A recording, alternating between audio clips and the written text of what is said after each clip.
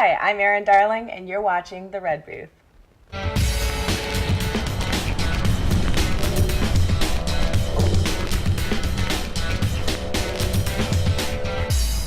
Hi, welcome to The Red Booth Show. I'm your host, Kimberly Q. On tonight's episode, I have actress Erin Darling. Not only is she an amazing actress, but she's also done stand-up comedy and toured all over the country, and she's hosted a ton of television. So, come and join us. So, hey, Erin, how are you? I'm doing really well. How are you today? I'm great. I'm happy to have you here on the show. I know. I'm really excited to be here. Yeah, this is cool because you have a great story. You've kind of come into the business through an area that is not as familiar to a lot of people, which is doing hosting. Mm-hmm. And also you're an actress and a comedian and, you know, multi-talented, and you're even writing a script right now as well. Yeah. So I think this is going to be very interesting. And I'd love to hear sort of like how you first got started, when you first started getting into the industry here. Sure. Well, I have a journalism background, so I moved to LA to go to school. So I went to USC, right? Yeah. That's awesome. And studied broadcast journalism, and then my first jobs out of college were primarily in journalism or creating content. And through those opportunities, I learned more about comedy, and that's when I realized I don't really want to report about the news. I want to talk about it. Yeah. So through that experience, I started to realize that I wanted to kind of have a career that was a little more fun. Yeah. A little less breaking news. You know what I mean? Right. You're like, I'm Erin Darling, and tonight, whatever. Well, Did you ever do like one of those? You're not supposed to put your personality into the news, you know? You're supposed to tell people what happened, and you can't attach your opinion or your bias. Right. And that's not very fun for someone like me, but I love talking about it. So when you were at USC, did you actually do like a news show or? Oh my God, yeah, I was a weather girl. You were? Yeah, and I always had a wardrobe malfunction like every show. Like I'd come home, the studio was really, really cold. Oh, and no. so sometimes I would have, I'm sure you can imagine, wardrobe malfunction almost every show. And then I would find out after, when it was like airing, what had happened. So what would they do? What would they do about that? Do they like, have blur spots or something? Nothing. No. I mean, it was far away. They did it on purpose. Where you They did couldn't it on see purpose. it, but at the same time, it was definitely out there. So now I know to watch out for things like that, and probably wear a real bra when I shoot things from here on out. Yeah. Yeah. That makes a difference for sure. It does. It really does. So now you came from USC, and what was the first like broadcast type job that you had? The first broadcast job that I had? Well, my first job out of college was in the TMZ newsroom. Really? Yeah. Okay, what's this like? Oh, it was a lot. It was a lot. It was extra? It was extra. I mean, for my end, it was primarily gathering information and trying to put together stories and like pitching ideas and stuff like that. But yeah, I was on the show in the background. I was there briefly. You were in the room, like one of the people that sort of yells out like stuff. Yeah, and then that's kind of when I realized that I wanted to do something else. I'd rather create content than talk about stuff or celebrities. Yeah, because I mean, TMZ is all about just the celebrity gossip kind of stuff, right? Yeah. And the paparazzi. Yeah. And, yes. Oh my God. So that's really interesting. I mean, just as a note. Yes. I was actually there during a really interesting time, though. I was there when the Chris Brown Rihanna thing happened. Oh, wow. And when her the mugshot came out. Okay. I was there during that whole thing. I was there when Michael Jackson died. Wow. Yeah. I was there during a really crazy period of time. So I was ready to, I had an opportunity to do some stuff with G4 and just pieced out. You were like, now G4 is like a video game station, right? That's cool. Well, it was. It doesn't exist anymore, but unfortunately. What? Oh, man. Yeah, so I've always been a nerd. I've always kind of had that side of me, and I've been able to explore it a lot more since then with working with Stan Lee and being on movie talk shows where, you know, all the movies that come out now, well, not all of them, but the big ones tend to be tentpole franchises for Marvel or DC, Warner Brothers. So yeah, I've had the opportunity to kind of really let my nerd flag fly. That's awesome. That's right. Now, you were part of Stanley.com, which is amazing. Yeah, I worked with him for POW Entertainment and created a lot of his video content, and he owns... You mean you produced it, or...? Yeah, well, I produced it, was on front of the camera, and just worked with him a bunch on a lot of different stuff. So that was really fun. I love Stan. Did you get to talk talk with him a lot? Yeah. You know what's funny about Stan is that the first time I met him, I was wearing a red Spider-Man t-shirt. Oh, nice. And he said, Erin, I'm really old, so you're going to have to wear that t-shirt every time you come in now, so I'll remember who you are. And he was joking, but I love a good joke. That's awesome. So I wore that t-shirt every day I saw him. And people were following me on Instagram and Twitter to be like, Erin, why are you always wearing that shirt? Yeah, right. Yeah, and they didn't know the You're like, joke. I have 12 of them. I wear them every day. Yeah. It's just my Stan Lee shirt. That's exactly. all. Yeah. That's awesome. Yep. Well, actually, we have to take a quick break, but we will be right back with Erin Darling. I really wanted to put a deck on my house. The floor was creaking and there were cracks in the wall. I had them put in walls in my basement. Well, the whole thing was done on time, on budget, and not a day of work was missed. Alpha Structural is a top-rate company. I'd recommend them to anybody. If you live in a hillside home and gravity is pulling you towards the edge of the cliff, I recommend you call Alpha. It was a real pleasure to work with Alpha. So you've decided to go to college. That's cool. So pop quiz. Which is a better way to earn your degree? Commute to college and fill your gas tank, get stuck in traffic, drive in bad weather, try to find a parking space, walk a half mile to class, or learn online at Independence University. In the park on a bench, on the beach on a towel, or on your couch with your kid. Your campus is wherever you want it to be. You don't go to college. College goes to you. That's independence. That's Independence University. You schedule classes around your schedule, and all your supplies, including a brand new laptop and tablet, are included with tuition. At Independence U, you'll learn from professional instructors with real work experience. You'll get personal support in school and employment assistance when you graduate. Get your degree, but keep your life. That's independence. That's Independence University. So if you're really smart, you'd call now. Call 1-800-466-0560. Independence U for an independent you. Call 1-800-466-0560.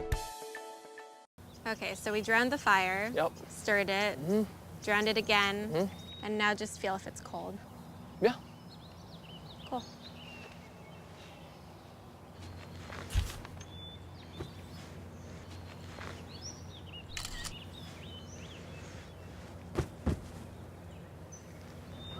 Smokey just gave me a bear hug.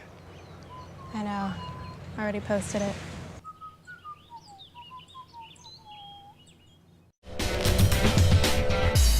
And welcome back to the Red Booth Show. I'm here with actress Erin Darling. So you got to work with Stan Lee, and you were doing all these cool videos online and working with G4. That's all about video games. Yeah. And what was that like? Like, how did that work for you? How did it work? Well, I just had the opportunity to kind of talk about stuff that I grew up watching and reading, and like comic books and Star Wars and video games. It's just kind of a dream come true to be able to explore that professionally. You know, most kids don't assume they'll be able to do that as part of their careers, you know? Yeah. Like, I remember when I was a kid, I just wanted to be an astronaut by day and the president by night, or possibly vice versa. That would make more sense. But, you know, I never thought, oh yeah, I'll be talking about Star Wars on TV, you know? It's kind of cool. That is awesome, because the things that you love then turned into something that is your work. Yeah. Which is the best scenario, I think. Living the dream. Yeah. And then you also went on to do a lot of other things too. Like you were with Fuel TV, you were with Fox News. I think, was that Fox Sports? I'm not sure. I hosted, I hope this was Fox. It might have been CBS. But I hosted this special about eco Hollywood. So it was kind of green lifestyle choices and people in Hollywood that are like who's driving a Prius? Right. Yeah. Like Ed Asner's all about that kind of stuff. I've met him a couple times, been able to work with him, which is great. He's a legend. And there's a lot of people that are very much involved and very eco-conscious. So it was interesting to host that special and to see kind of what people are doing and what you can do, what we're aware of and what we're not aware of, that make a difference for the environment. That's awesome. So many different things that you've done as a host, and I know you are doing primarily just doing acting and working on a new short that's coming up and more to be talked about as well. But obviously I'm a TV host, so I have a special interest in that as well, because it's a very different part of the business that there's not really a clear path on how to become a host at all. It seems like Yeah, of course. So, like, how did you get all that work? Like, if there's someone that's out there that wants to do hosting, like, what was the way that you were able to do it? Well, I feel like a lot of being a host, especially if you're not on a show at the time, a daily show, or you're not contracted out for someone for a specific amount of time, 90% of your job is getting your next job. And a lot of it, whether you have an agent or not, is you hustling, as you know very well. Yeah. So it's a lot of meeting people, reaching out, trying to figure out where you fit in terms of the companies or websites or outlets that you can possibly work for, reaching out to people, getting referrals. It's never ending. I did most of that on my own. Of course, there was a couple of stuff that I booked through agents or things that, you know, were sent to me by other people. But Yeah. I would say 75% of my work came from opportunities I found myself or created myself, like the Pop Fix that we were talking about. I created my own blog and my own YouTube channel where I had videos going up 3 times a week. And I had a 3 lot- times a week. I know, it was so much. That's it was a so lot much of work. but it was great and so rewarding because I was able to create that and create opportunities for other people who wanted to be on camera. And I was able to work with amazing people. I had a lot of support. So The Pop Fix, now you did a ton of episodes of the Pop Fix. yeah, a lot. Yeah. I did that for years. I actually started that in college. Wow. Yeah, I started that as a blog. It became the 7th fastest growing blog on WordPress when I was a junior in college and had no idea what I was doing. I just did it with 2 of my best friends. And then after college, I kind of kept it going and was creating content and had interns helping. And then I decided I want to do video content. So brought on Clark Wolf, who's another host that works a lot in the nerd world, and this other person who I know from the comedy world named Kristen Wald. And so we all came together and created video content for about a year until I went on the road doing stand-up comedy. That's amazing. Yeah. That's so much work too. So you went from doing these videos to the podcast to the show, and then you started doing comedy, stand-up comedy, which I definitely think is an interesting transition. But we actually have to take another quick break, so we'll come back and we'll talk about you getting into stand-up. Okay. Bye-bye. Hi. Hoping for a crisp breeze to help keep you alert. Oh, he took a sip of water too. That'll probably help. You were probably going to turn down the radio too, so you could focus, right? Probably okay isn't okay. Right. If you see a warning sign, stop and call a cab, a car, or a friend. I think the water line is what really drove it home. I blew on him.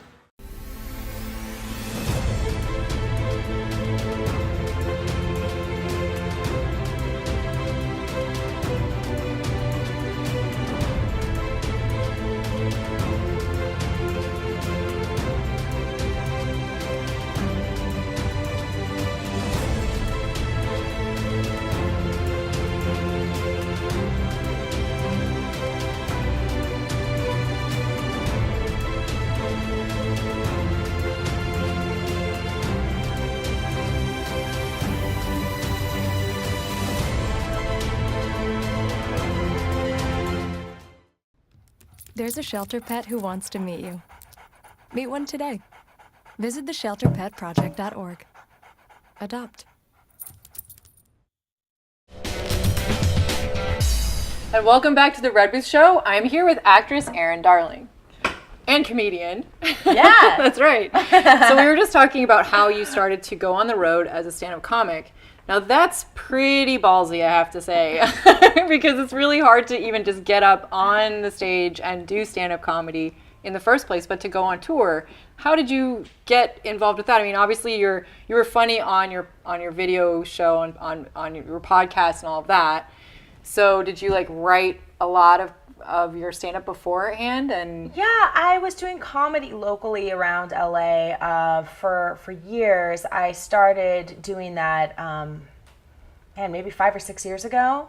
And I just had the opportunity to go on the road. I went on the road with Tom Green from the 90s. No way, Yes. Are you kidding me? That's hilarious. And we toured for about a year, going all around America and some places in Canada. Tom Green is super crazy. Yeah. Is he like that in person? No, he's not like the crazy person that you remember, you know, like it's not that weird. But yeah, it was really fun and had a great time doing that and seeing a lot of places in America I never really thought I would end up Yeah. Does that make sense? Like sometimes you're just in some town in Ohio and you're like, I would have never ever been here if it wasn't for stand-up. But you get to meet a lot of interesting people and see what is reality for people outside of LA. You know, I grew up in California. Cool. So I don't have that perspective of what it's like to grow up anywhere else and what their lives are like. And that's really rewarding to kind of see that, to see people that are so excited to see you do stand-up. When LA, it's like, well, there's a show in the bar, like across the street. You know, I can go anywhere and see stand-up. Yeah. But when you get a little bit out of these states on the West Coast, or these, what do you call it? Coastal elite? Yeah. Coastal elitism. I love the Midwest the best. That's, really? Yeah, those are my people. No, why did you feel that way about them when you were out there? Like, what was it that you loved so much? They're so nice, and they just are so thankful that you come out there, and you're like, no, thank you. You paid money to see this show. Yeah. You know, without you, I don't have a career, you know? Yeah. And so it's really cool to meet people that are amazing and nice and sweet and welcoming and just, you know, greeting you with open arms, just so excited to see what you do. And that's an amazing experience. That's really cool. Yeah. Wow, yeah, I know, because obviously in LA there's so many artists and there's so many people here trying to work in the business, and I think everyone kind of probably gets a little bit like used to it, I guess, right? Yeah, totally. So wow, so how long did you tour with Tom Green? For about a year. That's so cool. And how did you first get the gig to go on tour with him? I was actually helping produce segments for his show. He had a TV show that was on Access TV. Yeah. So I was working on that. That was the Tom Green show, right? Or was that something else? It was else? called Tom Green Live. Okay. Yeah, it was an interview style show, kind of like this, with one guest and going into their lives long form. And so I was helping do segments with that and also doing stand-up. So we went on the road, and then I decided to come back to LA and focus on acting and comedy here and opportunities that would be in this city, which I'm really happy about. That's awesome. Okay, so after you went on this tour and you started to do more of the focusing on acting, what did you do? Did you go out and try and get an acting agent, or did you just start, you know, hustling as usual like you had kind of done before? Like, what was the first acting step that you took? Well, I've been lucky enough to always have reps, so I've always had representation that's been there to help me, you know, whether I was on the road or not. That's awesome. That's actually very important, because that's really hard for people to get. Like, I mean, the fact that you did have that is kind of cool. Yeah, it's been great. But transitioning from full-time on-the-road comedy to trying to get the ball rolling here again was a little bit difficult. People forget about you. So you've been gone for a year. Yeah, right. Where have you been? Just reestablishing those relationships again, and you know, I've been acting for a really, really long time. But just kind of going full force back here when I came, just hitting the ground running. The auditions every day kind of thing. Kind of, yeah. Just creating more content and focusing on that and less on the hosting path. That's cool. So now I know you're working on a short that, you know, it's to be released. We don't have the exact date or any of that yet, but it's kind of cool. Would you like to talk about that and who you're working with on it? Yeah, I was able to work with director Mike Mendez, who did Dolph Lundgren's Don't Kill It that came out earlier this year, and also Big Ass Spider. Okay. In that film. He's amazing and so fun, and we were able to collaborate on this project. And that's all I can really say about it. You can't say what it's about? I don't know, because I don't know if it's ever going to be released. Oh, geez. These are the things we have to wonder about, isn't it? Well, okay, we have to take another quick break, and we'll be right back with Erin Darling. Okay, so we drowned the fire. Yep. Stirred it. Drowned it again. And now just feel if it's cold. Yeah. Cool.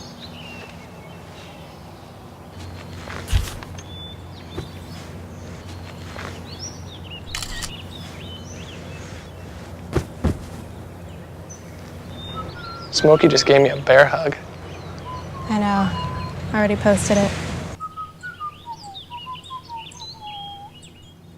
Hi, Kathy Mitchell here with my new red copper cookware. The revolutionary pan made with non-stick ceramic and super strong copper. Guaranteed to stay scratch-free forever. ever. It's lightweight yet super strong, so it won't scratch, peel, or chip into your food. Red Copper is a baking pan with a handle that goes into the oven up to 500 degrees. And everything slides right out. Cook my healthy, crispy chicken fingers with little or no fat or oil. Chop steak and onion for a melty Philly cheesesteak. Absolutely no sticking. Or whisk eggs without a mixing bowl. Truly a time saver. Call now and receive my 10-inch Red Copper pan for just $19.99. Plus, get my recipe book free. Call now and you can double the offer and receive a second set. Plus, our new Forever Sharp copper knife. Just pay a separate fee. Razor sharp and food slides right off. An incredible value. Call now. Call 1-800-488-9190 to get your special offer, Red Copper Pan. Call now or go to redcopperpan.com. So call 1-800-488-9190. Call now. So you've decided to go to college. That's cool. So pop quiz. Which is a better way to earn your degree? Commute to college and fill your gas tank, get stuck in traffic, drive in bad weather, try to find a parking space, walk a half mile to class, or learn online at Independence University. You don't go to college. College goes to you. That's independence. That's Independence University. And all your supplies, including a brand new laptop and tablet, are included with tuition. Independence U for an independent you. 1-800-464-6830. Don't give up hope. Think of the kids. It's over. I've never. We're down by 50. 50? But we're only 2 minutes left. Huh? Oh, Norm. You're going down. Down. Oh, that does it. You're in. Finally. Love and hope can change the world. Feed the big man. A case of abuse is reported every 10 seconds. While you were watching this video, 3 cases of abuse, including sexual and physical, were reported. Visit childhelp.org to learn more. And in the meantime, please send in whatever you can. Use your voice. Volunteer or foster a child. Donate monthly, become a child helper. Get involved. Take action. Get in the game. Fight abuse. 5 children die every day. Love and hope can change the world. Bye-bye.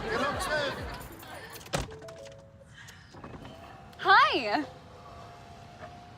Hoping for a crisp breeze to help keep you alert.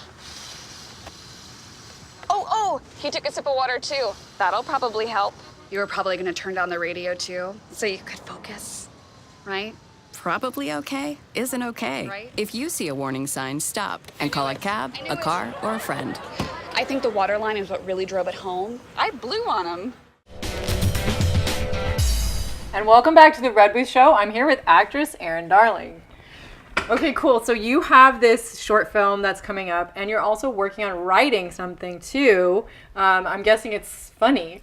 Yeah, because that's obviously your main focus is like you like comedy the most, right? Yeah, I really love comedy.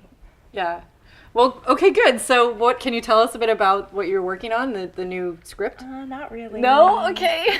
Sorry. I don't think I'm running about any of this yet. Okay. Yeah. Well, this is part of the problem in Hollywood. Is like there'll be so many projects Yeah. people are working on and they can't totally talk about them yet, and it's like, oh man, and you so want to share, but you can't yet. So, okay, well then let's talk about your, advice for people as an actress. I think that would be cool. Okay. Yeah.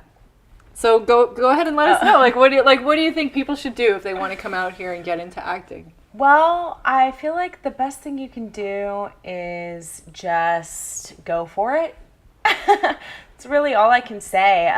There's a lot of trial and error.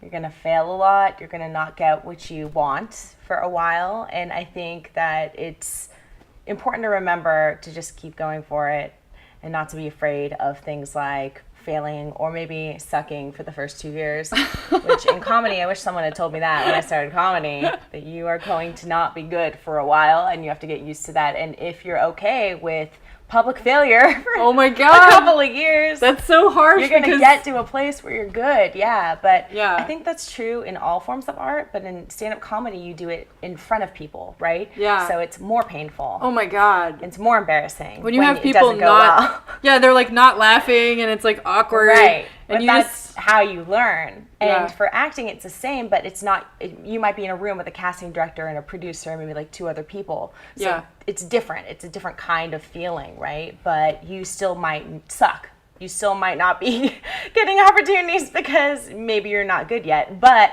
you have to keep going and like realize that you're making connections and you're learning. And I wish I was way easier on myself at the beginning of my career, realizing that. But you just want to win immediately. But it's a long haul. You're in it for a while. Yeah. And I think if people can remember that and wrap their heads around that aspect. Yeah, because they just want it to be instant. Exactly. Mm-hmm. So I think knowing that when you start out is really important. And then just keep going. That's really good advice. And did you ever go to any like acting schools, or did you just kind of, you did? Oh yeah, like a bunch. Are there any you recommend the most? Well, the one that I have been at for the longest is Leslie Kahn. Okay. So that's where I'm at now. She's really good with comedy. Cool. Yeah, so that's a good one. And then, of course, if you're interested in improv or sketch, UCB, Groundlings, I've done those programs too. So. Oh, you did? Yeah. You did the Upright Citizens Brigade? I did. I went through the sketch program there, which I had the most fun doing. I think that's when I realized, wow, like writing is really something that I love doing. You know, I always knew I was a writer with my journalism background and with stand-up that you're writing, but I never thought I could write a script until I got into the sketch writing program and then started realizing, oh my God, this is so much fun. I love this. And I was just spending all my free time writing sketches. Yeah. That's awesome. I never would have thought of that coming from doing sort of like the skit comedy there into transitioning into more writing. Mm-hmm. That's so cool. Definitely. So do you plan to do more writing as a focus, or do you want to mainly do acting as a comedian, as an actress? Like, what's your future goal? Well, I want to sell a show. Yeah, I just want to be creating content. Like a sitcom or? Yeah. I want to create content that can reach a lot of people, that has like a big platform that a lot of people can watch. Just want to bring levity into people's lives. I just want to make people laugh. I want to heal through laughter. And that's what I feel like I'm here to do. That's awesome. Yeah, so I'm just on that path to do it, like getting to bigger audiences and making the difference, I think, in people's lives. That's so cool. Yeah, there's so much serious, worrisome stuff out there in our lives, and I think comedy really just helps everyone actually enjoy life, you know, and I think it's really cool and important to keep that going and to entertain everybody. Mm-hmm. And I wish I could read your script that you're working on, because I'm sure it's really funny, but I don't get to know what it's about yet, but hopefully we will soon. Yeah. So, well, cool. Can you tell everybody where they should find you and sort of keep up to date on what you're doing? Yeah, sure. You guys can follow me on Twitter at Erin Darling, Instagram Darling with 4 H's, Erin Darling fan page on Facebook, and erindarling.com is our website. Okay, cool. So exciting, and I'm so happy to have you on the show. Thank you. Definitely. Thanks for having me. So cool. Thanks again for being here. Absolutely.